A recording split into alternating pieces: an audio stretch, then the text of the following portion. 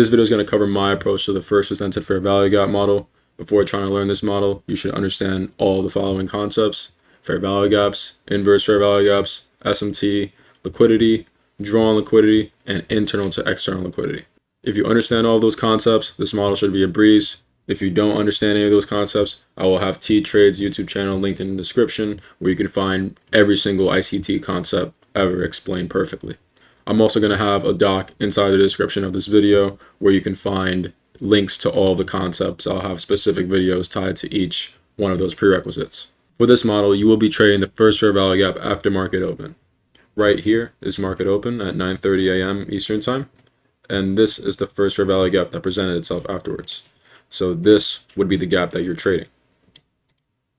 The first rule of this model is that the gap must not form on the 9:30 candle. As you can see in this example, this 9:30 candle opens up and presents a fair value gap, but this is not the gap that we will be using for this model. The earliest the gap can present itself is at 9:31. As you can see afterwards here at 9:32, we present a gap, and this is the first presented fair value gap that you can take a trade off of. The second rule to this model is that there must be an SMT prior to your trade. As you can see, NQ came up and swept this high here, while ES did not. Since we have a bearish SMT, I'll be looking for shorts as market opens. As you can see in the same example from before, we came up, gave the SMT, and then presented a bearish fair value gap. This is what I would take my trade off of. I would target the first drawn liquidity, which is right here. In regards to stop loss placement, your stop should be placed at the first leg of the fair value gap when trading it normally, and at the third leg of the fair value gap when trading it inversely. In this example, we are using a bearish gap for shorts, so we're trading it normally. I would place my stop loss at the first leg of the fair value gap, which would be right here. If I were to trade it inversely, I would place it at the third leg of the fair value gap. As you can see here, we've inversed the first fair value gap. If I were to want to take a long, I would place my entry at the gap and my stop loss at the third leg here. After the first nearby drawn liquidity has been taken out, it is recommended that you put your stops to break even.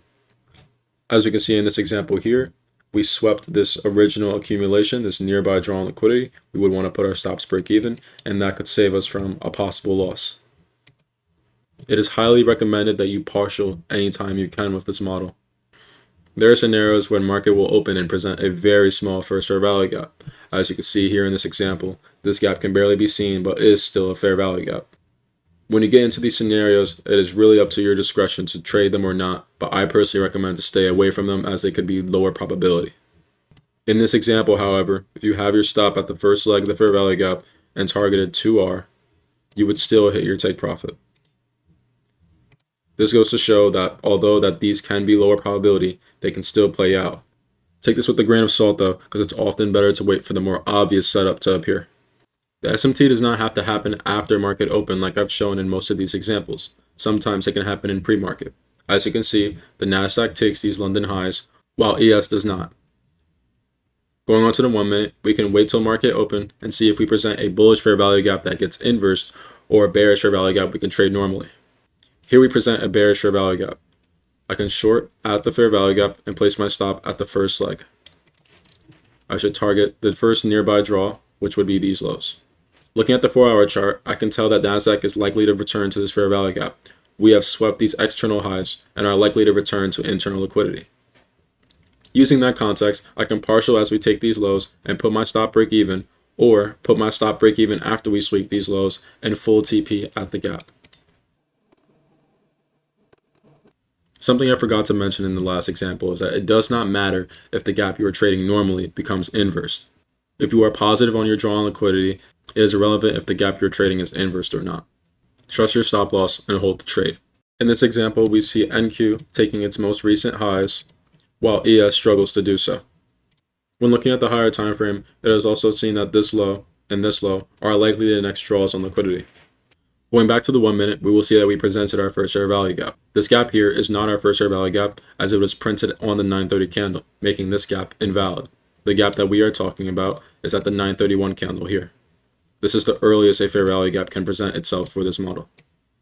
Given that we've already distributed and the size of this gap, it is wise to just not trade this day. However, if you did want to take this short because you were positive of the drawn liquidity from the higher time frame, you can place your stop here and target 2R. It is better to wait for more obvious setups like previously mentioned in this video. However, if you have the experience to take trades like these, you can.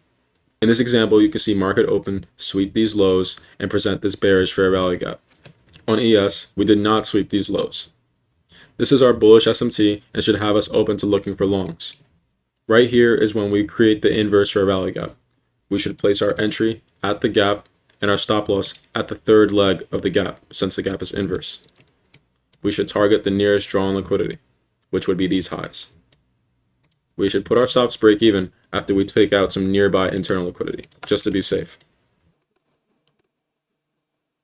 The previous example also shows why it's good to have a good sense of drawn liquidity.